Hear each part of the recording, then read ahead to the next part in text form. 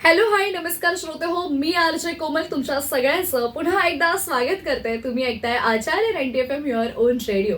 आणि आपल्या आजच्या या विशेष कार्यक्रमांमध्ये, विशेष गप्पांमध्ये आपल्यासोबत जोडले गेलेले आहेत सुबोध अनंत मेस्त्री सर. सरांची ओळख ही फार मोठी आहे, पण मी एक सुरुवातीची ओळख जी आपलीची आहे ती करून देऊ इच्छिते की सर आपल्याच कॉलेजचे विद्यार्थी राहिलेले आहेत. सो एल्युमिनाय एक आपण त्यांना म्हणू शकतो आणि आज आपण त्यांच्यासोबत ही छान मुलाखत करणार आहोत. आता मुलाखत करण्यामागचं कारण काय, तर मुलाखत करण्यामागे एक दोन कारणं आहेत की एक एल्युमिनाय असा शब्द निघाला की कुठेतरी जुन्या आठवणींना उजाळा मिळतो आणि कॉलेजचे दिवस आठवतात. तर कॉलेजचा एल्युमिनायचा इव्हेंटही जवळ आलेला आहे आणि त्या निमित्ताने पुन्हा एकदा सरांची काही मनमोकळ्या गप्पाही होतील. पण त्या व्यतिरिक्त जर आपण विचार केला तर सरांबद्दल जर सांगायचं झालं तर सरांचं शिक्षण हे BSc IT झालेलं आहे आपल्या NJ आचार्य DK मराठे कॉलेजमध्ये. त्या व्यतिरिक्त सरांनी MCA केलेलं आहे इंदिरा गांधी युनिव्हर्सिटीमधून आणि सर स्वतः एक बिझनेसमॅन आहेत. स्वराज्य इन्फोटेक म्हणून त्यांची स्वतःची एक इन्स्टिट्यूट आहे. सुरुवात त्यांनी 2009 मध्ये स्वराज्य इन्फोटेक पासून केली. पुढे अनेक म्हणजे आपण स्वतःपुरतं मर्यादित का राहावं म्हणून त्यांनी एक मराठी माणसाने असा विचार केला की माझ्यासोबत अजून काही लोकांना घेऊन आपण लोकांना कसं कामी येऊ किंवा लोकांना आपण इतरांना आपण कशी मदत करू, यातून मराठी बिझनेस क्लब सुरू करण्यात आला. आणि मराठी बिझनेस क्लबचं जो 2011 साली सुरू करण्यात आला होता त्याचं रूपांतर पुढे 2018 साली महाराष्ट्र बिझनेस क्लब म्हणून झालेलं आहे. आणि एक नाही दोन नाही तब्बल 500 मेंबर आता त्या महाराष्ट्र बिझनेस क्लबमध्ये आहेत. आणि ही संकल्पना सर असतील किंवा सरांचे अजून साथीदार असतील त्यांच्याकडून ही आलेली संकल्पना आहे. तर पुणे असेल, मुंबई असेल किंवा आता काही वर्षात म्हणजे काही काळामध्ये, आगामी काळामध्ये गोव्यामध्ये सुद्धा आपली इन्स्टिट्यूट असणार आहे, आपले सोर्स असणार आहेत. सो एकंदरीतच अशा या यंग एंटरप्रेनर सोबत आपल्या आजच्या गप्पा रंगणार आहेत. तर सर तुमचं खूप खूप स्वागत आहे तुमच्याच हक्काच्या ठिकाणी असं म्हणेन. Yes yes yes. कसं वाटतंय पुन्हा बॅक टू कॉलेज? ऍक्च्युली मी आल्याच म्हटलं इकडे, मी याच्या अगोदरी सुद्धा मी 2018 मध्ये आय वुड से त्यावेळेला एक फंक्शन होतं आमचं. आम्ही पॅकेज म्हणून फंक्शन घ्यायचो, आम्ही सुरू केलं होतं 2003 साली आम्ही सुरू केलं होतं आणि I was part of it. आणि त्याच फंक्शनच्या इनॉग्रेशनला मला बोलवलं होतं ॲज अ स्पेशल गेस्ट. त्याच वेळेला त्या फिलिंग्स आल्या होत्या. म्हणजे माझे सगळे मित्र जे आम्ही त्यावेळेला एकत्र असायचो, त्याची एनर्जी असायची ती. आता कॉलेज इनफॅक्ट वेगळं दिसतंय पण शेवटी ती जागेची एक कमाल असते, वास्तूची कमाल असते, ती मला जाणवते आणि ती एक एनर्जी इकडे जाणवते. आणि इकडे बसून आज मी आय एम फिलिंग ब्लेस्ड. म्हणजे मला बरेच दिवस इकडे यायचं होतं पण काही ना काही निमित्ताने ते मागे पुढे होत होतं, पण आय एम फिलिंग ब्लेस्ड आणि मला खूप बरं वाटतं इकडे आल्यावर. येस नक्कीच. तर कॉलेजचे दिवस आहेत आणि पण असतं ना की आपण आयुष्यात आता खूप तुम्ही पुढे आलेला आहात आणि इतका हा जो सगळा जीवन प्रवास आहे तुमचा तो बराच मोठा राहिलेला आहे तुमच्या कामांच्या अनुभवाने जर बघायचं गेलं तर एकंदरीत बिझनेस म्हणजे मराठी माणूस आणि उद्योजक म्हणून थोडंसं मराठी माणूस घाबरतो की व्यवसाय करायला किंवा उद्योजक क्षेत्रामध्ये यायला. तुमची कशी सुरुवात झाली किंवा तुम्हाला असं का वाटलं की आपणही बिझनेस मध्ये उतरावं? इनफॅक्ट मी जेव्हा सुरुवात केली होती तेव्हा माझ्या डोक्यामध्ये फ्रँकली तसं काहीच नव्हतं. मी 2006 साली इकडून पासआउट झालो. मी अराउंड 30 इंटरव्ह्यू फेल झालो असेल, कारण कॉलेजमध्ये मी कॉलेजमध्ये कधी असं सिरियसली घेतलंच नाही म्हणजे की आपण काहीतरी केलं पाहिजे. कारण मी कल्चरल्स मध्ये खूप ऍक्टिव्ह होतो फ्रँकली. मी जेव्हा 2001 मध्ये माझ्या कॉलेजमध्ये ऍडमिशन घेतलं तेव्हा माझा मोठा भाऊ विनोद अनंत मेसरी खूप मोठा स्पीकर आहे, खूप वक्ता आहे, तो आपल्याकडे येऊन पण गेलेला ऑलरेडी. तो छत्रपती शिवाजी महाराजांना खूप चांगलं बोलतो, तो सेलिब्रिटी बोलला तरी चालेल. तर त्यावेळेला तसं नव्हतं काही. म्हणजे तो माझा मोठा भाऊ म्हणूनच त्याने मला कॉलेजला एंट्री घेताना सांगितलेलं, बोलतो सुबोध तू जेव्हा कॉलेजला आता आलायस तर दरवर्षी 2-3 हजार पासआउट मुलं होत असतात असं, म्हणजे नवीन मुलं येणार पासआउट होणार, ती चक्र तर चालू राहणार कंटिन्युअसली. तर त्या सगळ्यांमध्ये तू कसं उठून दिसशील याच्यातलं काहीतरी करावं लागेल हे त्याने मला 11वीला असताना सांगितलेलं. आणि मी 11वी सायन्सला नुकतंच ऍडमिशन घेतलं होतं. तर मग जर चमकणं असेल तर चमकणं म्हणजे स्टेज असतो. एकतर आपण खूप हुशार असलो पाहिजे तर लोक लक्षात ठेवतात, नाहीतर तुम्ही खूप चांगले कलाकार असले पाहिजे तर तुम्हाला लोक लक्षात ठेवतात. सो 11वीला असतानाच मी पहिल्यांदा एक ऑल दी बेस्ट म्हणून नाटक इकडे आम्ही केलं होतं आणि ते माझ्या आयुष्यातलं पहिलं नाटक. त्याच्या अगोदर मी शाळेमध्ये कुठलाही परफॉर्मन्स कधीच केला नव्हता. मला एक शून्य एक्सपिरियन्स बोलू शकतो आपण. आणि तेव्हा मला पहिलं प्राइज मिळालं. तिथून जो आम्हाला कॉन्फिडन्स आला की आम्ही करू शकतो, तिथून मी गेली पुढची 5 वर्ष फक्त कल्चरलच करत होतो. म्हणजे मी इंटर कॉलेजिएट केले, मी अल्पा करंडक केलं, सगळं केलं. IT मध्ये असताना तर सर आम्हाला नेहमी बोलायचे, सुबोध तुम्ही नक्की तुम्ही चुकीच्या स्ट्रीमला ऍडमिशन घेतलं असं वाटतंय. बट मी म्हटलं सर मी अभ्यास पण करेन आणि हे पण करेन, की माझी आवड आहे, मी छंद म्हणून ते जोपासतो. आणि मी फर्स्ट क्लासमध्ये असायचो, मी खूप हुशार नव्हतो, पण फर्स्ट क्लास मी कधी सोडला नाही माझ्या कम्प्लीट टेन्युअरमध्ये. आणि तसा मी तिथून पासआउट झालो. आणि नंतर मग मला जेव्हा रिअल लाईफमध्ये आपण बाहेर पडतो तो आपला छंद वेगळा असतो आणि ऍक्च्युअल लाईफ वेगळी असते. तर ते इंटरव्ह्यूज फेल झाल्यानंतर मी अशी माझी लेवल आले की आता बाबा एकतर सगळं सोडून द्यायचं. आता फ्रँकली स्पीकिंग एका पॉईंटला सुसाईडचं पण मनामध्ये येतं, असं होतं. तसं माझं पण झालं होतं, एक पॉईंट झालं होतं, पण माझी फॅमिली खूप सपोर्टिव्ह आहे. पण नंतर मी असा होतो की मला कुठे फुकट कामाला जरी चालेल पण मला कामाला घ्या, कारण कॉलेज संपल्यावर घरी बसून मला हे सगळ्यात त्रासदायक ठरणारी गोष्ट असते ती. तर मला एक आर्क म्हणून कंपनी आहे, तिथे एक इंटरव्ह्यू, त्यांना नुकतेच त्यांची टेक्नॉलॉजी नवीन सुरू करायची होती आणि त्या टेक्नॉलॉजीमध्ये मी कॉलेजमध्ये प्रोजेक्ट केला होता. तिथे आनंद देशमुख म्हणून सर होते आणि त्यांनी त्यावेळेला आम्हाला डॉक्युमेंटमध्ये प्रोजेक्ट करायला सांगितला होता. आणि त्या प्रोजेक्टमुळे मला पहिला जॉब मिळाला. आणि पहिल्या जॉबला मी 2,500 रुपयाने सुरुवात केली. फ्रँकली तिथे मी 2 वर्ष जॉब केला आणि चांगला, म्हणजे मला बऱ्यापैकी तिकडे मला सुटेबिलिटी झाली होती. तिथून मी एक इंटरव्ह्यू म्हणून कंपनी जॉईन केली आणि मी ज्युनियर डेव्हलपर पासून, म्हणजे एकदम बेसिक पोझिशन पासून डायरेक्ट टीम लीडर, म्हणजे 2 पोझिशन मी वरती गेलो डायरेक्टली. तिकडे मला मिळालं. पण तिकडे मला जाणवलं की म्हणजे जे IT फील्ड आहे तिथे चिटिंग खूप प्रमाणामध्ये चालते. म्हणजे समोरच्या व्यक्तीला जर काय माहित नसेल तर त्याला कापायचं कसं, आय वुड से कापायचं कसं, मराठी भाषा सांगायचं त्याला. तर मग ते तिथे खूप चालायचं आणि ते मला इथिकली पटत नव्हतं, कारण क्लायंटला इंटरॅक्ट मी करायचो. सो मला एका पॉईंट नंतर वाटलं की हे चुकीचं चाललेलं आहे सगळं आणि हे मला करायचं नाहीये मुळात. आणि जिथे मला अजूनपर्यंत माझा स्वभाव असायचा जिथे मला पटत नाही तिथे मी थांबत नाही, असं आहे. आणि त्याच वेळेला जेव्हा मी पहिला जॉब सोडला तर माझा एक मित्र होता सुनीत बने म्हणून, त्याने मला छावा म्हणून पुस्तक गिफ्ट केलं होतं आणि तिथून मी महाराजांना वाचायला सुरुवात केली होती, कादंबरी. आणि मग मी छावा वाचलं, मग मी राजे शिवछत्रपती वाचलं आणि मी विचार केला की त्यांनी एवढ्या प्रतिकूल परिस्थितीमध्ये जर स्वराज्य निर्माण केलं असेल तर मी का नाही करू शकत. बरोबर. तर आम्ही 2009 मध्येच असताना आम्ही रायगडला सगळे शाळेतले मित्र आम्ही पिकनिकला गेलो होतो. तिथे प्रपोजल मांडलं की I am planning to start a business. Okay, so तुमच्यातलं कोणी इंटरेस्टेड असेल तर तुम्ही प्लीज आपण कनेक्ट करू शकतो. तर आम्ही 5 मित्र शाळेतले वी केम टुगेदर आणि 2009 मध्ये स्कूल फ्रेंड्स आम्ही सगळेजण एकत्र आलो आणि 2009 मध्ये जुलैमध्ये वी स्टार्टेड स्वराज इन्फोटेक. आणि मुद्दाम त्याचं नाव त्या छावा कादंबरीमध्ये तुम्ही जसं ती कादंबरी वाचली आणि ते पुस्तक वाचलं, तर वाचन केलं आणि त्याच्यातून शेवटी रायगडावर जाऊन तुम्ही तुमचं स्वराज्य स्थापन केलं, मी असं म्हणेन. असंच आहे.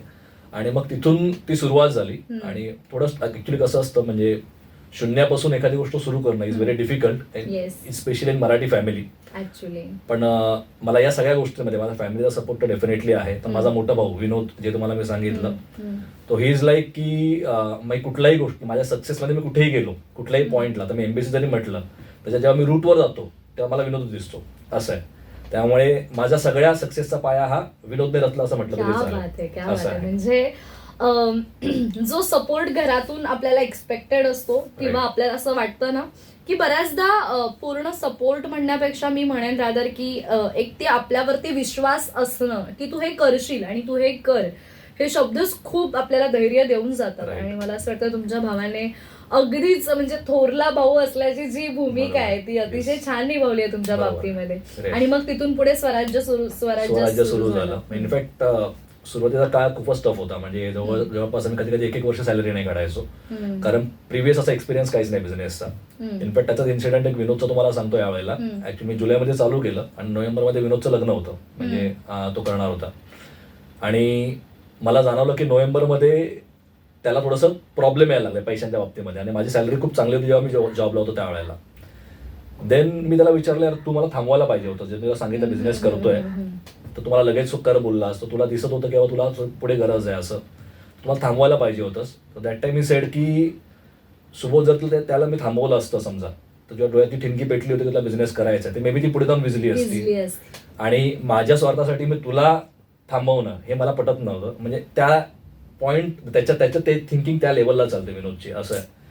सो ते फ्युचरचा विचार किंवा तो जेव्हा त्याला मी कुठली गोष्ट म्हणतो मी करतोय तेव्हा त्याने मला कधी अडवलं नाही. म्हणजे ही सेड की तुम्ही करा. आमच्या अजूनही जॉईंट फॅमिलीज आहे जवळपास आणि आम्ही एकत्रच असतो सगळेजण. आणि भाऊ म्हणून बरेच लोक आमचा हेवा करतात की भाऊ असे कसे राहू शकतात, एवढे आम्ही एकत्र आम्ही मिळून मिसळून वावरतो. जनरली असं म्हणतात की म्हणजे आमचे एक राजेश भाई म्हणून आहेत, आम्ही पोलीस स्टेशनला एकत्र जायचो तेव्हा दादा आणि मी कधी कधी आम्हाला कपडे स्वतःला धुवावे लागायचे त्यावेळेला, कारण आम्ही 8-10 दिवस आम्ही बाहेर राहायचो.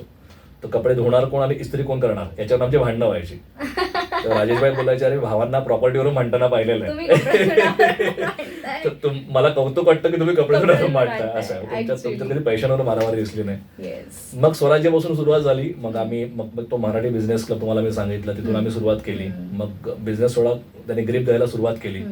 आम्ही बरेच गव्हर्नमेंटचे प्रोजेक्ट्स केले, कॉर्पोरेटचे प्रोजेक्ट्स केले, त्यांच्या SMEs मध्ये आम्ही बरंच काम केलं. गव्हर्नमेंटचा एक प्रोजेक्ट होता शोध नावाचा, रेल्वे पोलिसांचा तो एक सर्च इंजिन होता, ह्युमन सर्च इंजिन म्हणून होतं, आणि तो प्रोजेक्ट आम्ही केला होता. आणि त्या प्रोजेक्टला आम्हाला त्यांचे जे DG असतात त्यांच्या हस्ते आम्हाला प्राइज मिळाला होता, म्हणजे अवॉर्ड दिला होता. कारण बरेच लोक जे रेल्वे विक्टीम सापडत नाहीत, म्हणजे रेल्वे ट्रॅक्सवर ज्यांचे ऍक्सिडेंट होतात त्यांचे आयडेंटिफिकेशन होत नाही, तर अशा वेळेला अशा बऱ्याच लोकांना बेवारस म्हणून त्यांना हे घोषित केलं, तर त्यांचं विल्हेवाट लावली जाते फॉर एक्झाम्पल.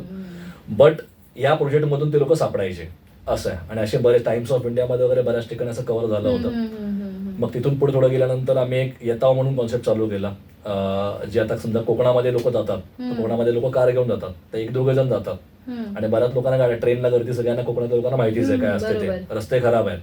तर अशा वेळेला जर लोक एकत्र जाऊ शकले तर खूप काही घडू शकतं. म्हणजे एक तर पैसे वाचतील, पोल्युशन कमी होईल, रस्त्यावरचं ट्रॅफिक कमी होईल. या अनुषंगाने आम्ही येताव नावाच्या एक ऍपची निर्मिती केली. त्याच्यामध्ये आनंद वामनसे आणि रुपेश चौधरी हे दोघे जण माझ्याबरोबर पार्टनर्स होते. आणि त्याला सुद्धा म्हणजे बऱ्यापैकी ABP पासून असेल किंवा बरेच जे लिडिंग न्यूज चॅनल किंवा न्यूजपेपर्स आहेत त्या सगळ्यांनी आम्हाला कव्हर केलं. 2018ची गोष्ट आहे. ते ॲप अजूनही लाईव्ह आहे. म्हणजे आम्ही जेव्हा लॉन्च केलं होतं, शिमग्याला खूप गर्दी असते कोकणामध्ये, ते आम्हाला जवळपास एकेका दिवसाला 1,000 रजिस्ट्रेशन मिळायचे. म्हणजे इथून ती सुरुवात झाली होती. App is steel in development phase असं आहे. अजून बरं त्याच्यात इम्प्रुव्हमेंट आम्ही करतोय, पण तो एक मोठा कॉन्सेप्ट आम्ही त्या पिरियडमध्ये केला होता. म्हणजे अशा वेगवेगळ्या कॉन्सेप्ट तुम्ही लोकांसाठी घेऊन आलात की एकंदरीत त्या कॉन्सेप्टमुळे लोकांचं जीवन कसं सुरळीत होऊ शकतं असं. आणि फ्रँकली माइंडसेट ज्या माइंडसेट मधून आम्ही आलेलो, मी राहायला घाटल्यामध्ये होतो, इथे बाजूलाच होतो चेंबूरमध्ये, मी माझी जन्मभूमी बोलू शकतो. 24 वर्ष पहिली माझ्या आयुष्याची इकडेच काढलेली आहेत. सो आमच्या घरातून किंवा पप्पांकडून जे आम्हाला शिकायला मिळालंय, तर कॉन्ट्रीब्युशन हा कॉन्सेप्ट जास्त शिकायला मिळाला. म्हणजे जेवढं तुम्ही कॉन्ट्रीब्युट लोकांच्या लाईफमध्ये कराल, आमच्या पप्पांचं एकच स्टेटमेंट आहे, जर तुम्ही कोणाचं वाईट करत नाही तर तुमचं कधी वाईट होणार नाही. एक्झॅक्टली. चॅलेंजेस आयुष्यामध्ये येतातच, पण तुमचं कधी वाईट नाही होणार, तुम्ही चांगल्याच लेवलला. आणि आम्ही तेच फॉलो करतो आतापर्यंत. आणि आता बऱ्यापैकी स्वराज इन्फोटेक असेल किंवा एलिट ट्रेनिंग्स मधून ट्रेनिंगचं काम असेल किंवा महाराष्ट्र बिझनेस क्लब मधून लोकांना लीड करणं असेल, अशा बऱ्याच माध्यमातून आम्ही लोकांपर्यंत पोहोचतोय. आणि त्याचा आम्हाला नक्कीच एक म्हणजे बोलतो ना, एक आनंद आहे असं बोलू शकतो. क्या बात आहे. म्हणजे एकंदरीत काय की त्या 30 इंटरव्ह्यू मध्ये फेल होणं हे मला असं वाटतं आपल्या डेस्टिनीमध्येच असावं. कदाचित जर तुम्ही पहिल्या 2 इंटरव्ह्यूज मध्ये सिलेक्ट झाला असता, छान कुठेतरी वेगळीकडे सेटल व्हायला जॉब मिळाला असता, तर मला नाही वाटत की आज स्वराज्य असतं किंवा आज महाराष्ट्र बिझनेस क्लब असता. आणि आयुष्यात असं म्हणतात ना, प्रत्येक माणसाच्या आयुष्यामध्ये त्याच्या आयुष्याला कलाटणी देणारा एखादा प्रसंग घडत असतो. आणि तो प्रसंग तुमच्या आयुष्यात घडला, पण तुम्हाला तो टर्निंग पॉईंट देताना मग तुमच्या भावाची लागलेली तुम्हाला साथ, आणि त्यानंतर हे उभं राहिलेलं इतकं मोठं साम्राज्य म्हणेन मी, कारण अर्थात महाराजांचा विचारांचा पगडा मला तुमच्यावर दिसतोय. तर हे स्वराज्य तुम्ही, साम्राज्य तुम्ही उभं केलं. आणि खरं तर स्वतः पुरता विचार न करता तुम्ही लोकांना विचार करून, लोकांचा, समाजाचा विचार करून लोकांसाठी काय करता येईल अशा नवीन नवीन टेक्निक्स तुम्ही आणल्या मार्केटमध्ये. सो जेव्हा असे काहीतरी वेगळं किंवा युनिक करण्याचा प्रयत्न करता, विचारांची किती हे लागते, म्हणजे एकदम म्हणतात ना, कस लागत असेल विचारांचा. कशा सुचतात अशा वेगवेगळ्या युनिक कॉन्सेप्ट? फ्रँकली आता मी जेव्हापासून या फील्डमध्ये आहे, असं म्हणतात की लाईक अट्रॅक्ट लाईक्स.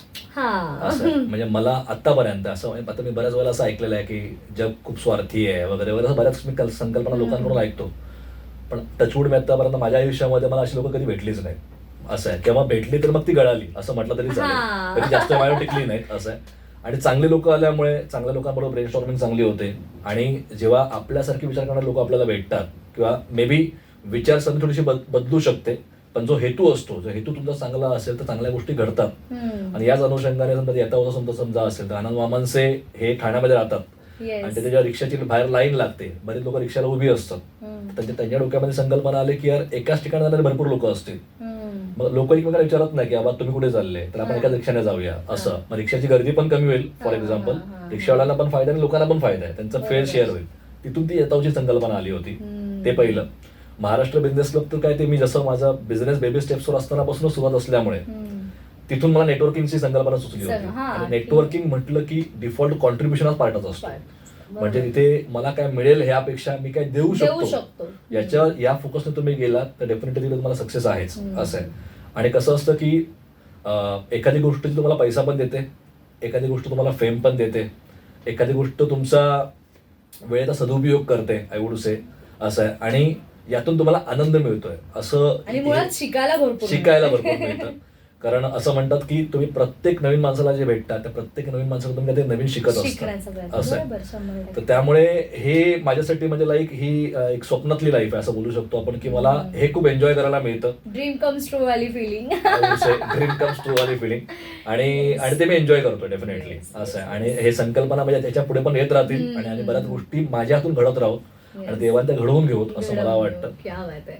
नाही, नक्कीच मला असं वाटतंय हा जो विचार आहे हा विचार जर प्रत्येकाने केला की आपण काय होतं आपल्या, मला असं वाटतंय की युजली जर आपण कॉमनली विचार करायचा गेला तर आपण आपल्या आयुष्यामध्ये निगेटिव्हही घडत असतं, पॉझिटिव्हही घडत असतं. बऱ्याचदा आपण निगेटिव्ह घडतोय त्याकडे जास्त अट्रॅक्ट होतं, त्यामुळे पॉझिटिव्ह जे घडतंय त्याकडे आपलं थोडंसं दुर्लक्ष होतं असं मला वाटतं. सो त्यामुळे ह्या सगळ्या गोष्टी जर बाजूला, तुम्ही तर मुळातच या सगळ्याच गोष्टी बाजूला ठेवल्या, त्यामुळे ज्या दृष्टीने आपण बघतो तसं आपल्याला जग दिसत असतं. आणि जसं तुम्ही आताच मगाशी एक वाक्य म्हणालात की माझ्या आयुष्यात ती स्वार्थी लोक आली नाहीत किंवा आली असेल तर ती गळाली, ते वाक्य माझ्या मनाला खूप लागलं, म्हणजे भावलं म्हणेन मी की हा असं नाही, प्रत्येकाच्या आयुष्यात ही अशी सगळी लोक येतात पण आपण कोणत्या दृष्टीने बघतो शेवटी ते महत्वाचं आहे. तर खूप छान वाटतंय मला. अजून बऱ्याच गोष्टी महाराष्ट्र बिझनेस क्लब बद्दल किंवा तुमच्याबद्दल जाणून घ्यायच्या आहेत, पण श्रोते हो आणि सर आपण इथंच एक छोटासा ब्रेक घेऊयात. तर आज आपल्यासोबत आपल्या स्टुडिओमध्ये आपल्याच कॉलेजचे जे एक स्टुडंट राहिलेले आहेत, अल्युमिनाय, मी त्यांना म्हणेन पुन्हा पुन्हा, कारण येस वी फील प्राऊड की हे आमचे विद्यार्थी आहेत. येस, आणि माय सिनियर ऑल्सो. तर सुबोध अनंत मेस्त्री सर आज आपल्यासोबत आपल्या ह्या मुलाखतीमध्ये जोडलेले आहेत. त्यांच्यासोबत महाराष्ट्र बिझनेस क्लब बद्दल किंवा त्यांच्या प्रोजेक्ट्स बद्दल अजून आपण जाणून घेणार आहोत. पण एका छोट्याशा विश्रांतीनंतर तुम्ही मात्र कुठेही जाऊ नका, ऐकत रहा Acharya 90 FM your own radio. Thank you. Hello, hi, नमस्कार श्रोते हो, पुन्हा एकदा मी अजय कोमल तुमच्या सगळ्यांचं स्वागत करते. तुम्ही ऐकताय आचार्य 90 FM युअर ओन रेडिओ. आणि आपल्या आजच्या मुलाखतीमध्ये ही जी खास मुलाखत रंगलेली आहे, आपल्याच्या खास मुलाखतीमध्ये आपल्यासोबत जोडले गेलेले आहेत सुबोध अनंत मेस्त्री सर, जे बिझनेस बॅकग्राऊंड मधून आहेत आणि आपण महाराष्ट्र बिझनेस क्लब बद्दल जाणून घेत आहोत. तर सर, महाराष्ट्र बिझनेस क्लब जो आहे तो कसा काम करतो किंवा कशा पद्धतीने त्याचं काम चालतं, तो फक्त मराठी उद्योजकांसाठी आहे किंवा त्याचं कोणत्या लेवलपर्यंत कामं आहेत, काय सांगाल त्याबद्दल? बेसिकली महाराष्ट्र बिझनेस क्लब म्हणजे फ्रँकली ही संकल्पना आमची नाहीये. हे मार्केटमध्ये असे बरेच ग्रुप्स चालतात, but I would say culture प्रत्येकाचं वेगळं असतं. So it is kind of inspired version of it. तो महाराष्ट्र बिझनेस क्लब म्हणजे कसं आहे की उद्योजक एकत्र येऊन एकमेकांच्या ग्रोथवर काम करतात. सो आता प्री शेड्यूल मिटिंग असतात. आपण एक्झाम्पल घेऊया, आता आपली वाशीला मिटिंग चालते, ओके, ते पहिल्या आणि तिसऱ्या गुरुवारी आपली मिटिंग चालते. त्यानंतर सेकंड आणि फोर्थ गुरुवारी त्याचा एक वेगळा फॉर्मॅट चालतो मिटिंगचा. अजून म्हणजे 4 गुरुवार आम्ही रेग्युलर भेटत असतो. मग त्या मिटिंगमध्ये वेगवेगळ्या ऍक्टिव्हिटीज होतात आणि प्रत्येक ऍक्टिव्हिटी मागचा पर्पज हाच असतो की लोकांचं नॉलेज किंवा त्यांचं बिझनेस कसा ग्रो होईल याच्यावर आपण काम करतो. म्हणजे आय वुड से उद्योजकांसाठी सुरू केलेली यंत्रणा आहे तशी ही MBC आहे. त्यानंतर हे जसं तुम्हाला मगाशी सांगितलं की स्वराज इन्फोटेक काही असेल किंवा असं लाईक अट्रॅक्ट लाईक्स, तसे तुम्हाला काही लोक भेटले जेव्हा आम्ही MBC चालू केलं ते सगळे सुद्धा छत्रपती शिवाजी महाराजांना फॉलो करत होते. तो महाराजांची तत्व आम्ही ते कसे इम्प्लिमेंट करू शकतो, काइंड ऑफ कोलॅबरेशन असेल, नेटवर्किंग महाराज सुद्धा करायचे, ते कसे आपण इम्प्लिमेंट करू शकतो. म्हणजे आता इनफॅक्ट आपल्या जेवढे ब्रांचेस आहेत तर प्रत्येक ब्रांचला आम्ही गडाचं नाव दिलेलं आहे असं, आणि आम्ही गड वाढवतो असं बोलू शकतो आपण. महाराष्ट्रामध्ये आपण गड वाढवण्याचं काम करतोय, तर या तत्वांवर आपण चालतोय. त्यानंतर 24 जानेवारी 2018 आपण 24 मेंबरने सुरू केलं होतं. आता 500हून अधिक उद्योजक आहेत. 200-500 करोडहून अधिकचा बिझनेस इकडे शेअर झालेला आहे. जवळपास आता आम्ही मीटिंगमध्ये रेफरन्स एक्सचेंज करतो, तर रेफरन्स 22,600हून अधिक झालेले आहेत. म्हणजे आपण जे कॉन्टॅक्ट एकमेकांना एक्सचेंज करतो ते जवळपास 22,000च्या प्लस कॉन्टॅक्ट एक्सचेंज झालेले आहेत. आणि 265 करोड तुम्हाला बिझनेस जो मी सांगितला तो विदाऊट कमिशन आहे, म्हणजे इकडे कमिशन नाही घेत. म्हणजे एक सक्सेस स्टोरी सांगायची म्हणजे लास्ट इयरला एक डील 67 करोडची शेअर झाली होती दुसऱ्या मेंबर बरोबर, आणि तो बिझनेस क्लोज झाला. आणि त्या बिझनेसवर सुद्धा समोरच्या व्यक्तीने कमिशन नाही मागितलं. इनफॅक्ट जे या व्यक्तीने ते काम केलं असेल त्याला आता आय कॅन नॉट आमच्याकडे असं क्लेम करत नाही की प्रॉफिट झाला वगैरे, पण आम्ही असं एक अंदाज लावतो की 40-50 लाख प्रॉफिट झाला असेल. पण स्टील त्यांनी कमिशन नाही मागितलं. म्हणजे या कल्चरवर आपण तिकडे चालतो. म्हणजे इनफॅक्ट जर एमबीसी तुम्हाला शॉर्टमध्ये सांगायचं झालं तर मी नेहमी स्टोरीमधून सांगतो. आणि माझी स्टोरी म्हणजे आमच्या ग्रुपमध्ये स्पेसिफिकली खूप फेमस आहे. म्हणजे ब्रह्मदेवाने जेव्हा पृथ्वी निर्माण केली त्यांनी देवांना आणि राक्षसांना सगळ्यांना एकत्र जेवणासाठी बोलवलं आणि पार्टी खूप चांगली झाली. जेवणाची वेळ झाली आणि जेव्हा जेवायला सगळे एकत्र बसणार होते तेव्हा ब्रह्मदेवाने सांगितलं की पहिले देव जेवायला बसतील. तर राक्षस भडकले की आम्ही पाहुणे आहोत ना, तर पहिले आम्ही बसलो पाहिजे, देव तुमचे नातेवाईक आहेत. तर ब्रह्मदेव म्हटले ठीक आहे तुम्ही बसा जेवायला, पण जेवणाचे काही नियम आहेत. राक्षस म्हटले काही असतील, आम्हाला भूक लागली, आम्हाला जेवायला वाढा. तर राक्षस सगळे जेवायला बसले. त्यांच्या हाताला एक लाकूड बांधलं गेलं, कोपरापासून एक लाकूड बांधलं गेलं. तर राक्षसांना वाटलं काही गरज पडली तर तोडून टाकू, आता सध्या आपल्याला जेवणं महत्वाचं आहे. त्यांच्या सगळ्यांच्या समोर गरमागरम जेवणाच्या प्लेट्स आल्या. राक्षसाने जेवणाचा प्रयत्न केला, त्याने हात टाकला ताटामध्ये आणि खाण्याचा प्रयत्न केला, तोंडापर्यंत घास घ्यायचा प्रयत्न केला, पण तो घास गळून पडला. राक्षस चिडले, त्याने परत प्रयत्न केला, पण तो घास त्याच्या तोंडापर्यंत येतच नव्हता, कारण हाताला लाकूड बांधलेलं होतं. मग त्याने तो रागाने तोडण्याचा प्रयत्न केला, पण शेवटी ती दैवी आपण महाभारतामध्ये बघितलेलं आहे, जेव्हा देव जोपर्यंत हात टाकून ते डिश करत नाही तोपर्यंत ते तुटणार नाही असं आहे. मग शेवटी राक्षस चिडून उठले आणि ते म्हटले जो रूल आम्हाला लागू झालाय तोच रूल देवांना लागू झाला पाहिजे. ब्रह्मदेव म्हटलं सगळ्यांना सेम रूल आहे. मग सगळे देव जेवायला बसले. देवांच्या हाताला लाकूड बांधलं गेलं. राक्षसाने क्वालिटी टेस्टिंग केली, सगळं बरोबर होतं. आणि जेव्हा देवांसमोर जेवणाच्या प्लेट्स आल्या तेव्हा देवाने एकच काम केलं, त्याने तो घास उचलला आणि समोरच्या देवाला भरवला. समोरच्या देवाने पण तो घास उचलला, या देवाला भरवला आणि सगळे देव पोटभर जेवून उठले. कारण तो हे जो लाकूड होता त्यामुळे हात फोल्ड होत नव्हता, पण समोर सरळ जात होता. एक्झॅक्टली. तर एमबीसी मध्ये मी हेच म्हणतो की तुम्हाला इकडे देव बनायचं आहे. म्हणजे स्वतःचं तुम्ही स्वतःचं पोट भरण्याचं तुम्ही हे घेतलं, प्रयत्न केला तर तुमचा घास गळूनच पडणार आहे. ज्याला तुम्ही दुसऱ्यांची पोट भरणार त्या तुमचं पोट ऑटोमॅटिक भरलं जाणार. आणि याच धर्तीवर आम्ही फक्त कॉन्ट्रीब्युशन या कॉन्सेप्टवर हा पूर्ण ग्रुप चालवतो. How you can contribute in each others life, म्हणजे पर्सनल असेल किंवा प्रोफेशनल असेल, ही अशी एक संकल्पना आहे. नाही खरंच, म्हणजे मला मुळात काय पटलंय की हे एक्झाम्पल जे होतं ना ते खरंच आपल्याला डे टू डे लाईफमध्ये सुद्धा खूप मॅच होतं. म्हणजे आपण जोपर्यंत अशा पद्धतीने कोणत्या गोष्टीकडे बघत नाही किंवा मी कायम माझाच विचार करत राहणार तर तो कदाचित ती जी ग्रोथ आहे ती मला असं वाटतं कमी होईल. पण जितकं तुम्ही दुसऱ्यांसाठी द्याल किंवा जितकं तुम्ही दुसऱ्यांना तुमच्याकडचं असलेलं आहे ते तुम्हाला द्याल ना तेव्हा ते तुमच्यामध्ये आपोआप अजून वाढत जातं. कारण ही गोष्ट मी स्वतः अनुभवतीये सध्या. सो त्यामुळे मलाही असं हा जो विषय आहे आणि हा जो मुद्दा आहे तो खूप जास्त पटतोय. पण सर माझा स्वतःचा असा मला पडलेला प्रश्न आहे की बऱ्याच वेळेला लोकांना कळत नाही की मी जास्तीत जास्त लोकांपर्यंत पोहोचू कसं.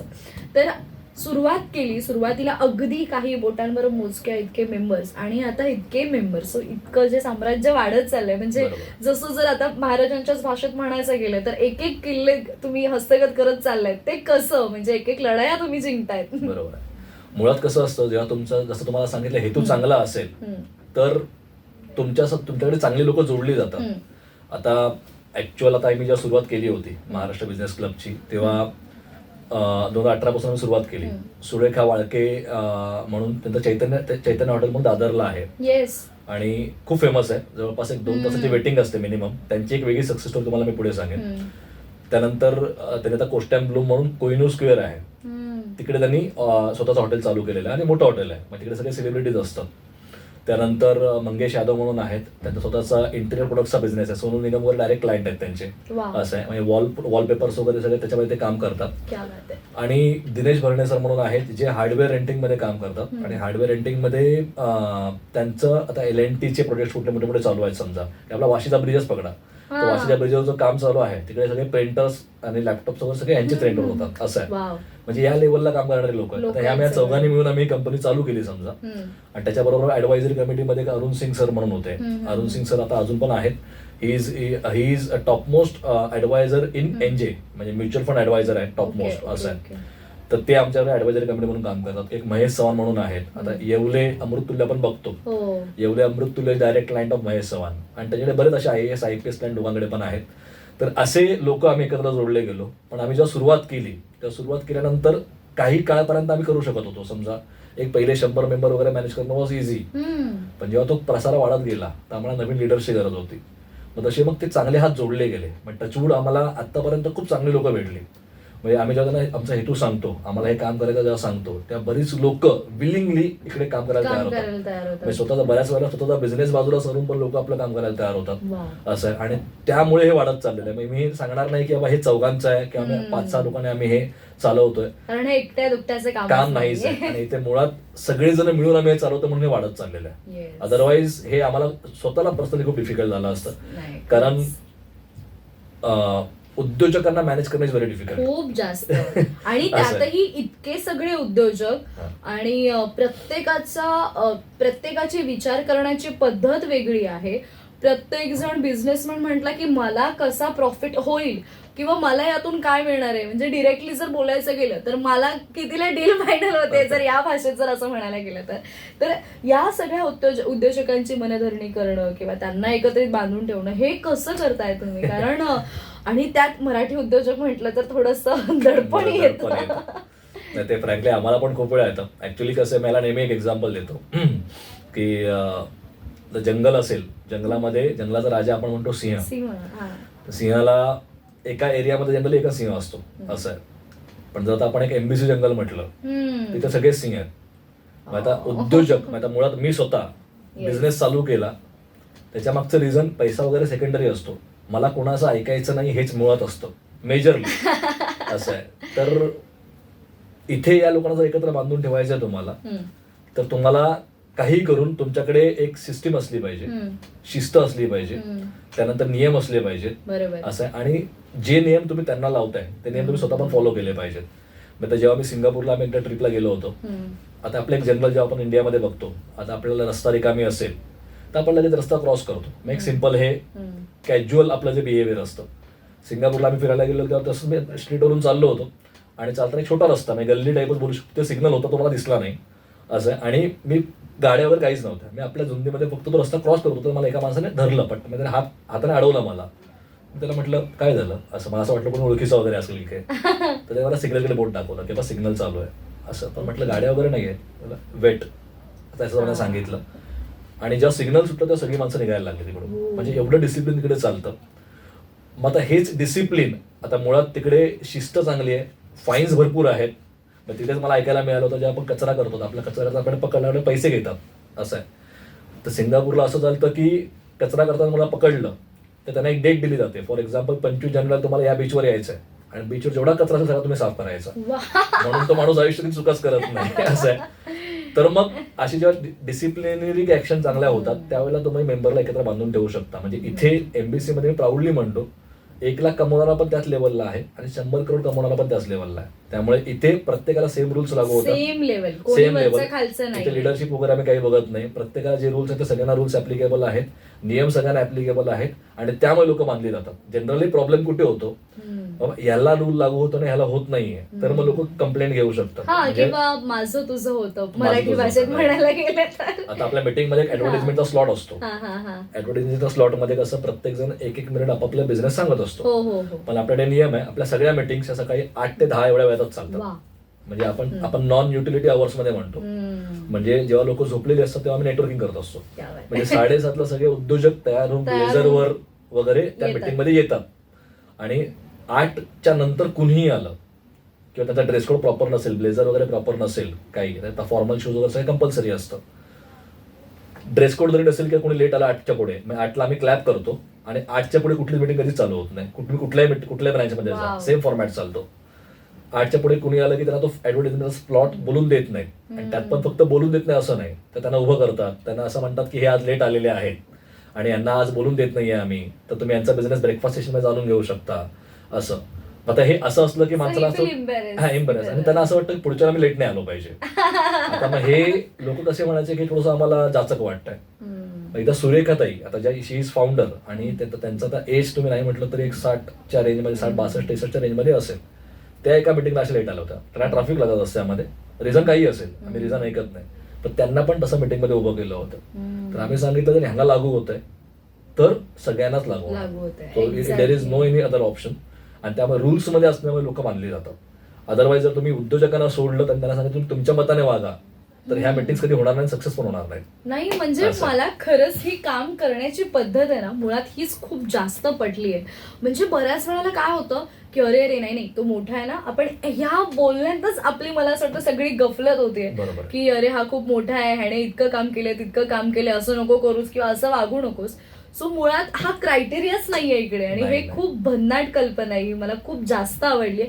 कारण वेळेचं जे बंधन आहे किंवा वेळ कशी जर जपायची तर मला असं वाटतंय महाराष्ट्र बिझनेसच्या ग्रुपकडून ही शिकली पाहिजे. इनफॅक्ट आपल्याला मोस्ट डिसिप्लिन क्लबचा अवॉर्ड पण मिळालेला आहे. म्हणजे आम्ही कुठल्या व्हीआयपीला जरी बोलवलं तर व्हीआयपीने एक स्लॉट सांगितलेला असतो, म्हणजे तिथे बेल असते, आम्ही सगळेजण बेलला रिस्पेक्ट करतो. येस म्हणजे 1 मिनिटाचा फॅड असेल, समजा तुम्हाला ऍडव्हर्टाइजमेंट द्यायची, एक त्याला फॅड म्हणतो, फॅन्टॅस्टिक ऍडव्हर्टायझिंग असं म्हणतो आम्ही, तर 1 मिनिटात ती बेल वाजतेच. हो आणि व्हीआयपीला 15 मिनिटाचा स्लॉट दिलेला असेल तर 15 मिनिटात व्हीआयपीला पण बेल वाजतेच. वा. म्हणजे तिथे कोणालाच असं दुमत हे नाहीये, जास्त बोलणं वगैरे असं नाही. त्यामुळे डिसिप्लिन मध्ये चाललं असल्यामुळे आम्ही किती लोक असतील, 100 लोक जरी मिटिंगला असतील तरी आपली मिटिंग 10ला संपते. असं त्यामुळे त्या फॉर्मॅटमध्ये चालल्यामुळे थोडंसं ते अजून सर्वाईव्ह होतं आणि चांगल्या पद्धतीने चाललेलं आहे. क्या बात आहे. म्हणजे मला खरंच खूप छान वाटतं आजच्या मुलाखतीमध्ये बऱ्याच गोष्टी शिकायला मिळत आहेत. आणि मला असं वाटतं जे आताचे यंग एंटरप्रेनर्स आहेत किंवा जे नव्याने भरारी घेत आहेत, नव्याने या क्षेत्रामध्ये येऊ पाहत आहेत, तर त्यांनी मुळात स्वतःला डिसिप्लिन लावायची असेल तर हा ग्रुप नक्की जॉईन करावा असं मला वाटतंय. तर याविषयी अजून 1-2 प्रश्न आहेत, ते मी आपण त्यांची उत्तरं जाणून घेणार आहोत. पण एका छोट्याशा विश्रांतीनंतर. तर श्रोते हो, आज आपल्यासोबत आपल्या आजच्या मुलाखतीमध्ये सुबोध अनंत मेस्त्री सर जोडले गेलेले आहेत. त्यांच्याकडून आपण बिझनेस फील्ड विषयी आपण बऱ्याच गोष्टी जाणून घेतोय, महाराष्ट्र बिझनेस क्लब विषयी बऱ्याच गोष्टी जाणून घेतोय आणि अजून काही माझे 1-2 प्रश्न आहेत, त्याची उत्तरं मी लगेचच घेणार आहे सरांकडून. तर तुम्ही मात्र कुठेही जाऊ नका. ही आजची इन्फॉर्मेटिव्ह मुलाखत तुम्हाला कशी वाटतेय या प्रतिक्रिया सुद्धा तुम्हाला द्यायच्यात. पण भेटूयात एका छोट्याशा विश्रांतीनंतर. ऐकत रहा Acharya 90 FM your own radio. Hello hi नमस्कार श्रोते हो, पुन्हा एकदा या छोट्याशा विश्रांतीनंतर मी आरजे कोमल तुमच्या सगळ्यांचं स्वागत करते. तुम्ही ऐकताय आचार्य 90 FM युअर ओन रेडिओ. आणि आपल्या आजच्या मुलाखतीमध्ये, या विशेष मुलाखतीमध्ये आपल्यासोबत जोडले गेलेले आहेत सुबोध अनंत मेस्त्री सर, ज्यांच्याकडून आपण महाराष्ट्र बिझनेस क्लब विषयी बऱ्याच गोष्टी जाणून घेतोय. आणि आता या मुलाखतीच्या उत्तरार्धाकडे आलेलो आहोत. तर आपण मला विचारायचं सर की उद्योजकांना, जे उद्योजक आपल्यासोबत जोडले गेलेले आहेत, त्यांना कशा पद्धतीचा फायदा महाराष्ट्र बिझनेस क्लब मधून होतोय? ऍक्च्युली जे मगाशी तुम्हाला सांगितलं, आपण कॉन्ट्रीब्युशनच्या कॉन्सेप्टवर काम करतो. म्हणजे असं म्हणतात की good you do come back to you. म्हणजे चांगलं करतात ते तुमच्याकडे परत येतात. त्याच्यावर पण एक खूप चांगली स्टोरी जी मी रेग्युलर बेसिसवर सांगत असतो. इनफॅक्ट म्हणजे एका गावामध्ये एक बाई आणि तिचा मुलगा राहत होता. ओके, यंग मुलगा, म्हणजे जो काम वगैरे करायचा आणि घर सांभाळायचे असं. आणि एकदा तो जंगलामध्ये हरवला आणि आता हिला या जगात त्याच्याशी दुसरं कोणीच नव्हतं. सो ती थोडीशी पॅनिक झाली, तिला काय करावं कळत नव्हतं. पण शेवटी एक आईचा विश्वास असतो की माझा मुलगा परत येणार, याच विश्वासावर होती. त्यातलं जगाला काही असं वेगळं कारण नव्हतं नाहीतर.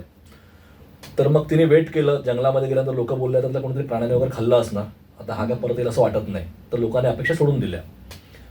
तर ही बाई त्यात अपेक्षेवर होती आणि एकदा ती अशी खिडकी खाली बसून चुलीवर तिचं जेवण बनवत होती, भाकऱ्या भाजत होती. तर खिडकीमध्ये एक वेडा माणूस आला आणि त्या वेडा माणसाने तिकडे बघत होता तो असं आशाळभूत नजरेने, आणि त्या भाकरीकडे त्याला भूक लागली असेल कदाचित. तर त्या बाईला तिची दया आली. तर तो तिला बोलला की मला दे ना भाकरी असं. तर तिने ती भाकरी ताटातली त्याला दिली. तो निघून गेला, म्हणजे खुश होऊन निघून गेला. मग तिला असं वाटलं की ठीक आहे बा, कोणीतरी असेल आणि तो आला असेल आणि गेला असेल. नेक्स्ट डे सेम टाइमला परत तो तिथे आला असं, आणि तिने परत त्याला भाकरी दिली आणि मग ते चक्रच चालू झालं असं. तर एका पॉईंटला त्या बाईला असं वाटलं की यार मी स्वतः प्रॉब्लेममध्ये आहे, माझा मुलगा मला सापडत नाहीये, माझे खाण्याचे वांदे आहेत आणि हा रोज वेळावून त्याला मी पोचते असं. त्याची माझ्या डोक्याला ताप झालेला आहे आणि हा जात पण नाही, जर मी दिले नाही तर जात पण नाही, ते सांगून राहतो. तर आता मी ह्याला विष टाकून मारते, मग तो उद्यापासून येणार नाही असं ती विचार करते. पण लगेच पॉईंटला जे डोक्यामध्ये थॉट येतो की यार मी काय विचार करते, म्हणजे मी तो पण कोणाचा तरी मुलगा असेल असं आहे, माझा मुलगा नाही तर मी त्याला कशाला मारू असं आहे. तर नाही मी हे करत राहिले पाहिजे. तर त्याला भाकरी देणं कंटिन्यू करते. आणि एक दिवस असा येतो की तिचा मुलगा जंगलातून परत येतो असं, आणि तिच्या घरापर्यंत न्यूज येते की तुझा मुलगा परत आलेला वगैरे वगैरे. ते धावत जातो, त्याला मिठी मारते. तर त्याची अवस्था खराब झाली, कपडे फाटलेले आहेत, केस मोठे झालेले आहेत, दाढी वगैरे वाढलेली आहे असं. तर ती त्याला विचारते तू होतास कुठे इतके दिवस, तू खाल्लंस काय जंगलामध्ये? तर तो म्हणाला की एक वेडा माणूस होता जो रोज जंगलामध्ये यायचा आणि मला त्याची अर्धी भाकरी द्यायचा असं. सो यू कॅन इमॅजिन, म्हणजे तुम्ही जे चांगलं करता ते तुमच्याकडे परत येतं. म्हणजे जर त्याने त्या दिवशी विष टाकलं असतं, त्याचा मुलगा पण मेला असता आणि तो वेडा पण मेला असता. सो याच कॉन्सेप्टवर आपण चालतो. म्हणजे तुम्ही दुसऱ्यांच्या लाईफमध्ये कॉन्ट्रीब्यूट करा, निस्वार्थीपणे करा, आणि निसर्गाचा नियम आहे, जे पेरणार ते उगवणार असं आहे. आता आंब्याचं झाड लावलं की त्याच्या दुसऱ्या दिशेला बिया येत, त्याला बिया की त्याचं तुम्ही फळ येणार नाही फॉर एक्झाम्पल, त्याला थोडा वेळ जाईल, पण जेव्हा ते फळ द्यायला लागेल तर ते तुम्हाला भरभरून देणार असं आहे. आता याच कॉन्सेप्टवर व्यवसाय तर लोकांना मिळतोच. आता कोविडचं तुम्ही एक्झाम्पल जर घेतलं तर कोविडमध्ये बऱ्याच लोकांचे बिझनेस ठप्प झाले होते. तर आपल्याकडे एक बिझनेस आहे ज्यांचा फ्रूटचा बिझनेस आहे. एक नागेश कोठावळे म्हणून त्यांचा फ्रूटचा बिझनेस आहे, आणि एक विक्रांत त्यांचा हार्डवेअरचा बिझनेस आहे. तर विक्रांतचा बिझनेस बऱ्यापैकी ठप्प झाला होता कोविडच्या पहिल्या फेजमध्ये, आणि फ्रूटचा बिझनेस खूप चांगला चाललेला. तो मँगो सीझन होता ऍक्च्युअल मध्ये. त्या दोघांनी टायअप केलं, आणि विक्रांतने पहिल्या 4 महिन्यामध्ये स्वतःच्या बिझनेस जेवढा टर्नओव्हर तो करत नाही तेवढा टर्नओव्हर त्याने 4 महिन्यामध्ये त्या फ्रूटच्या बिझनेस, त्याच्याकडे तो सेकंड बिझनेस चालू झाला. असं आहे. म्हणजे अशा पद्धतीने लोकांना फायदा होऊ शकतो. याच्या व्यतिरिक्त पर्सनॅलिटी डेव्हलपमेंट होते लोकांची. म्हणजे आता काही लोकांना, आता मी स्वतः स्टेज आर्टिस्ट आहे, जसं मी मगाशी तुम्हाला सांगितलं, पण काही लोकांना बोलण्याची भीती असते, पब्लिक समोर उभं राहून. स्टेज फिअर असतो. मग त्यांच्या हातपाय ऑटोमॅटिक थरथरायला लागतात. मग एक माणूस एकदा घाबरेल, दुसऱ्यांदा घाबरेल, पण तो ऑटोमॅटिक पुढे बोलायला लागतो. असे बरेच लोक आहेत ज्यांना बोलता येत नव्हतं, आणि ते नंतर आपल्या लिडरशिप टीमचा पार्ट झाले, म्हणजे ज्यांना कंटिन्यू बोलावं लागायचं. अशाही लोकांना डेव्हलपमेंट झालेले आहे. त्याच्यानंतर पर्सनल ग्रोथ होते. आपल्याकडे आयलीड म्हणून आपली कंपनी आहे, ट्रेनिंग कंपनी आहे. ती आणि एमबीसी कोलॅबरेशन मध्ये काम करते, आणि कोलॅबरेशन मध्ये असल्यामुळे त्यांचं कसं आहे की ट्रेनिंग त्यांच्या ज्या असतात त्या आपण रेग्युलर बेसिसवर मेंबरवर राबवत असतो. त्यांच्या बिझनेसचे काही चॅलेंजेस असतील ते आयडेंटिफाय होतात. आता विनोद दादा जे तुम्हाला मगाशी म्हटलं, माझा मोठा भाऊ विनोद मिस्त्री आणि आतिश कुलकर्णी, हे दोघेही इकडे ऑलरेडी इंटरव्ह्यू देऊन गेलेले आहेत. तर हे दोघे ती कंपनी लीड करतात असं आहे. तर तिथूनही बरेच उद्योजकांना प्रचंड लेवलला फायदा होतो. याच्या व्यतिरिक्त बिझनेस मिळणं, पर्सनॅलिटी डेव्हलपमेंट हे वेगळं झालं. मोटिवेशन जे आहे, म्हणजे आता सुरेखा वाळके त्यांचं तुम्हाला मगाशी मी एक्झाम्पल सांगितलं. KFCची केस स्टडी सगळ्यांनीच ऐकली बऱ्यापैकी मला वाटतं. त्यांनी ॲट द एज ऑफ 65 चालू केलं, वेन ही वॉज बँकक्रप्ट. सुरेखाताईंनी ॲट द एज ऑफ 50 त्या मालवणवरून मुंबईला आल्या स्वतःला प्रूव्ह करण्यासाठी, आणि मुंबईला त्यांनी 25,000 कॅपिटलमध्ये एकट्याच आलेल्या. मुंबईला त्यांनी 25,000 कॅपिटलमध्ये दादरमध्ये आगार बाजारमध्ये टेक अवे पार्सलचा बिझनेस चालू केला पार्टनरशिपमध्ये, जी की 6 महिन्यात ब्रेक झाली. तिथून त्यांनी आगार बाजारमध्ये वेगळं स्वतःचं हॉटेल त्यांनी घेतलं रेंटवर, जेव्हा त्यांना पैशाचं इन्कम काहीच नव्हतं. तिथून त्यांनी सुरुवात केली. आजच्या रेटला मिनिमम 2 तासाची वेटिंग त्यांच्या हॉटेलला तिथे आहेच. प्लस अंधेरीला त्यांनी चालू केलं, तिथे त्यांनी कॅपॅसिटी वाढवली, सिटिंग कॅपॅसिटी वाढवली, 80ची कॅपॅसिटी केली, तिथेही मिनिमम 2 तास वेटिंग चालतेच. त्यांनी आता कोस्ट अँड ब्लूम चालू केलं. म्हणजे एखादी स्त्री ॲट द एज ऑफ 50 मुंबईमध्ये येऊन स्वतः बिझनेस चालू करू शकते. म्हणजे हे मोटिवेशन आहे. जसं आता हे मगाशी म्हटलं की आपल्या कुटुंबांमध्ये व्यवसाय करणं म्हटलं थोडं त्रासदायक असतं. आता माझे सगळे मित्र ऑलमोस्ट जे IT मध्ये होते माझ्या बरोबर, ते सगळे आता US UK मध्ये, दुबईमध्ये अशा बऱ्याच ठिकाणी आहेत, आणि खूप चांगलं पॅकेज घेतात. ते जेव्हा इंडियामध्ये यायचे, आणि इंडियामध्ये आल्यानंतर जेव्हा आमच्या घरी यायचे, कारण माझं सगळ्यांचे कनेक्शन खूप चांगलं आहे, जेव्हा घरी यायचे तेव्हा ते आईला भेटायचे, आणि मग आईला भेटले की मग ते अजून मला ते टोचणं चालू व्हायचं, तू काय करतोयस असं.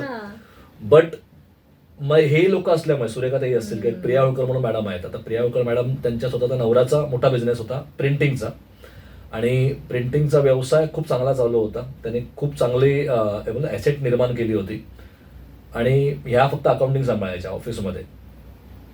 आणि एक दिवशी घरामध्ये पार्टी झाली, आणि नवरा फक्त AC बंद करून खिडकी उघडायला उठला झोपेतून, आणि जागेवर कोलॅप्स झाला, आणि सडन डेथ झाली. आणि जेव्हा एवढा मोठा उद्योजकाला काही होतं, तर बाहेर लोक टपलेली असतात की आमचे पैसे घेतलेले वगैरे वगैरे वगैरे. तर प्रियावर तो प्रचंड प्रेशर आला. त्याला एक्सपिरियन्स काहीच नव्हता. मग त्याच्याकडे 3च ऑप्शन्स होते. एक तर तिचा एक मुलगा 1.5 वर्षाचा, एक मुलगा 5 वर्षाचा, 2च मुलं. एक तर सुसाईड करायचं आणि सगळं नवऱ्याकडचे सगळे सांभाळतील मुलांना, हे तिच्याकडे ऑप्शन होतं. सेकंड होतं जॉब करायचा आणि मुलांना सांभाळायचं, ते पण तिच्याकडे चांगलं ऑप्शन होतं. आणि थर्ड ऑप्शन होतं की फाईट करायचं. शी चोज टू फाईट. तिने विचार केला की फाईट करायची. तिचा बिझनेस प्रचंड करोडोमध्ये निगेटिव्ह मध्ये गेला होता, त्याने तो पॉझिटिव्ह मध्ये आणला. Again single lady.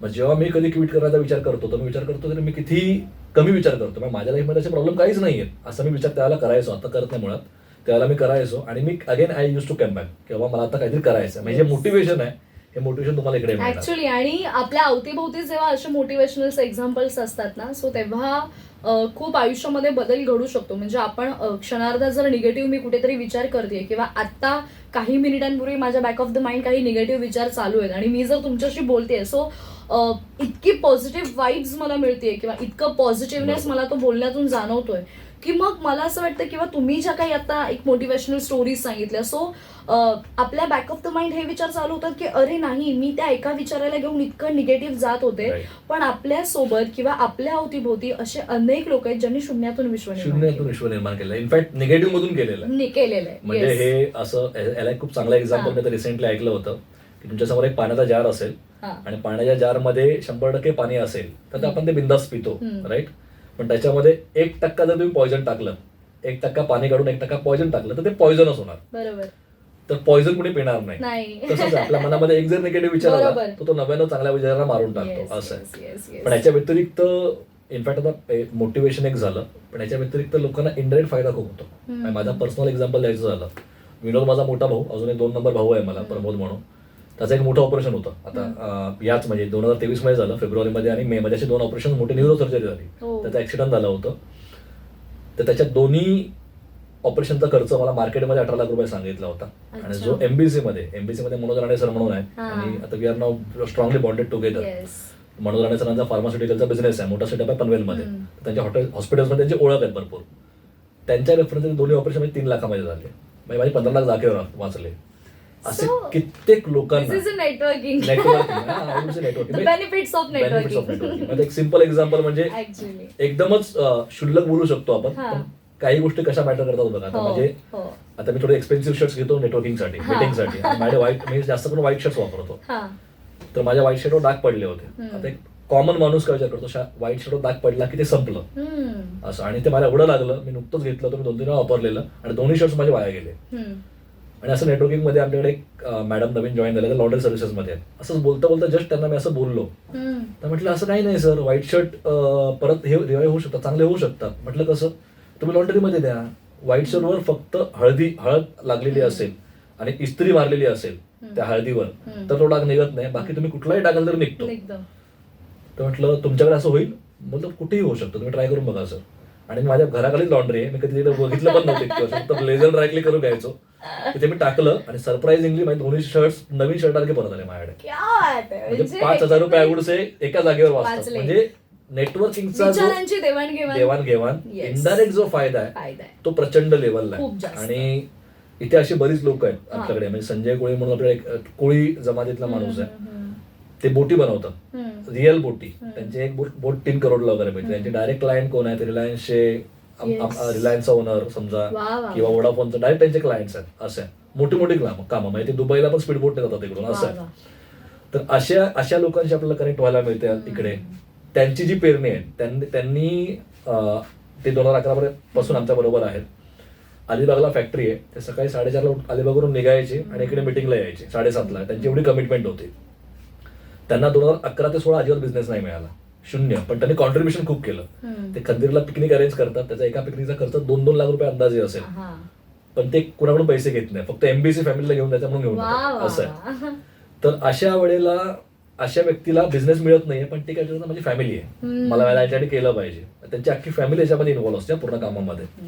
16 मध्ये सूर्य त्यांच्या हॉटेल चांगलं चालायला लागलं. तिथून त्यांना त्यांच्या एका हॉटेलमधून कंटिन्युअस 1 लाखांमध्ये बिझनेस जायला लागला फिशचा, कारण त्यांचा फिशिंग टाऊन बिझनेस आहे आणि ते होलसेलमध्येच विकतात. फिशचा जायला लागला, त्यांचं मांदिरला हॉटेल चालू झालं, तो बिझनेस डबल झाला तिकडे.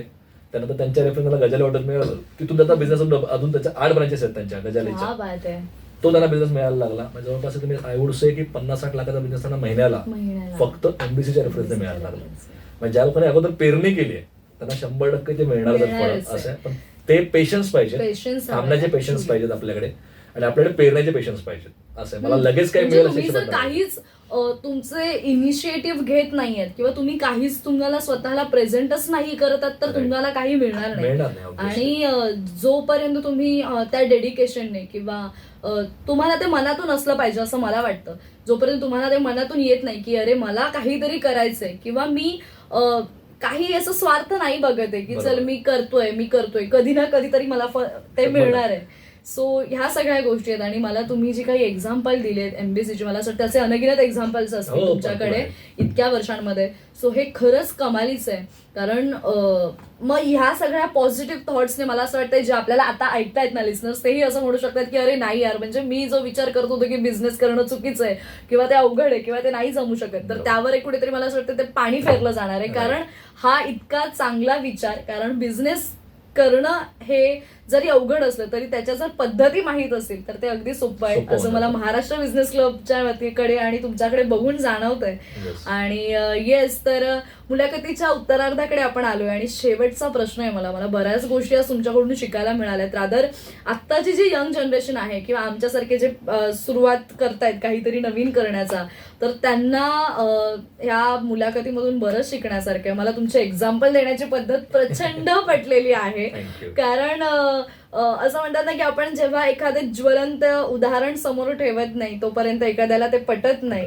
सो ते उदाहरण देऊन तुम्ही ज्या काही गोष्टी समजावताय ना, सो मला ती मुळात जास्त पद्धत खूप जास्त आवडली आहे sir. So at the end of the interview मला विचारायचं की येत्या आगामी काळामध्ये तुम्ही महाराष्ट्र बिझनेस क्लबला कुठे पाहताय? आतापर्यंत कसं होतं की आम्ही महाराष्ट्र बिझनेस क्लबची पेरणी मुंबईमध्ये चांगल्या पद्धतीने केली आणि मुळात आम्ही कल्चरला खूप जास्त महत्व देतो. म्हणजे इथे स्त्रियांना प्रचंड रिस्पेक्ट आहे. जशी अगेन महाराजांची जी तत्व जी होती की ज्या पद्धतीने महाराज स्त्रियांकडे बघायचे किंवा ज्या पद्धतीने त्यांना वागवायचे, आदर जो होता, आईसारखा जो भाव होता, तर तो आम्ही कम्प्लिटली इकडे पेरवायचा प्रयत्न करतो. त्यामुळे चांगली लोक जोपर्यंत भेटत नाही तोपर्यंत बाहेर जायचं नाही, असं आमचा पहिल्यापासूनच कॉन्सेप्ट होता. तर आता बऱ्यापैकी आपला सेटअप मुंबईमध्ये व्यवस्थित झालेला आहे. नाव वी आर प्लॅनिंग की आता याच्या पुढे आपण महाराष्ट्रामध्ये पसरायचंय. So we are starting with पुण्याला आपली आता ब्रँच चालू होते इनफॅक्ट, आणि त्यानंतर आम्ही कोल्हापूरला प्लॅन करतोय, गोव्याला प्लॅन करतोय, नागपूरला प्रोबेबली आपली होऊ शकते आणि बऱ्याच ठिकाणी आपल्या ऑपॉर्च्युनिटीज आहेत कारण आपले मेंबर्स ऑलरेडी सगळ्या सेगमेंट मधून इकडे आहेत. प्रत्येक तालुक्याला बिलॉंग करतायत. आणि याच्या व्यतिरिक्त आम्ही इंटरनॅशनल पण प्लॅन करू शकतो पुढच्या काही वर्षांमध्ये. आता दुबईमध्ये आपल्याला बऱ्याच ऑपॉर्च्युनिटी दिसत आहेत किंवा US UK मध्ये बऱ्याच ऑपॉर्च्युनिटी आपल्याला दिसत आहेत. पण it is kind of a time consuming process, एवढा वेळ लागू शकतो. बट आता महाराष्ट्रामध्ये प्रोबेबली पुढच्या 3 ते 4 वर्षामध्ये आम्ही मॅक्सिमम ठिकाणी आपला प्रेझेन्स असेल असा आपला प्रयत्न आहे आणि आम्ही ते डेफिनेटली करणार. कारण तशी लोक आपल्यासोबत जोडली गेलेली आहेत आणि चांगले लोक आहेत आपल्यासोबत. क्या बात आहे, खरंच खूप छान कॉन्सेप्ट. आणि एक धडाडीचं पाऊल उचललं आणि सुरुवात तुमची स्वतःची शून्यातून झाली आहे आणि आज इथवर येऊन पोहोचल्यात. इतक्या सगळ्या लोकांना कनेक्ट केलेत, प्रचंड स्ट्रॉंग नेटवर्किंग आणि प्रत्येकाला असं म्हणतात ना की प्रत्येकाला फायदा झालेला आहे या गोष्टीमधून. ज्याने पेशन्स ठेवले, ज्याने त्याचं काम दाखवलंय, त्यांना प्रत्येकाला फायदा झालेला आहे.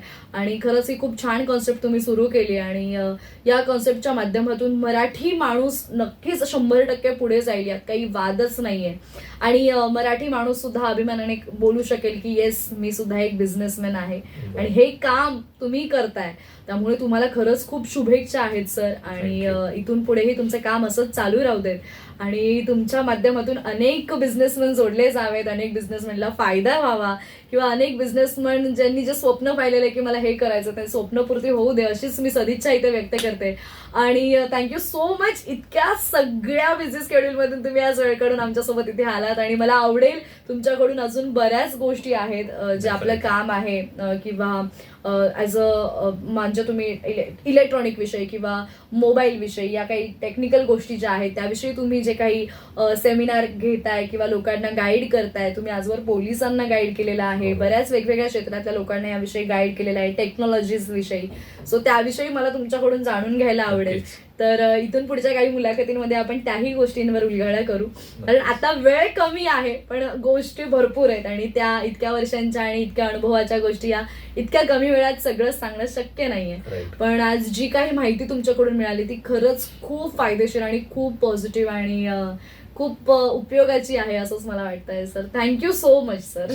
थँक्यू. आणि मलाही इकडे येऊन खूप बरं वाटलं ऍक्च्युली. आणि अगेन आता हे जे आता आहे, समजा आता मी माझ्या आयुष्यामध्ये काही केलं असेल किंवा आता मी पण कोणाला तरी बघून इन्स्पायर झालो होतो माझ्या आयुष्यामध्ये, समजा मला बघून कोणी इन्स्पायर होणार असेल किंवा माझ्याकडून काहीतरी कॉन्ट्रीब्युशन कोणाच्या आयुष्यामध्ये होणार, डेफिनेटली मी त्यासाठी तयार आहे. तर तुम्ही केव्हाही बोलवाल. तर आचार्य तर आमचंच आहे, म्हणजे आम्ही पहिल्यापासून विचार करतो की मी इथलाच एलिमिनायझर असेल तर हे माझंच आहे कॉलेज आणि मला इथल्या मुलांसाठी काय करतो मी डेफिनेटली करेनच. 100%. डेफिनेटली मला यायला आवडेल. Yes Thank you. येस नक्कीच. तर आज आपण सुबोध मेस्त्री सरांना आपल्या आजच्या मुलाखतीमध्ये ऐकलं. त्यांचे बरेच जे विचार आहेत, पॉझिटिव्ह विचार आहेत, त्यांनी कशा पद्धतीने स्वतःला घडवलेलं आहे आणि कशा पद्धतीने महाराष्ट्र बिझनेस क्लब आता एकंदरीत काम करतं याविषयी आज आपण जाणून घेतलं. तर तुम्हाला ही मुलाखत कशी वाटली या प्रतिक्रिया आम्हाला नक्की कळवा. आणि या सेगमेंटमध्ये आरजे कोमल सुबोध सरांसोबत इथेच तुमची रजा घेते. तुम्ही मात्र कुठेही जाऊ नका. ऐकत रहा Acharya 90 FM your own radio. Thank you.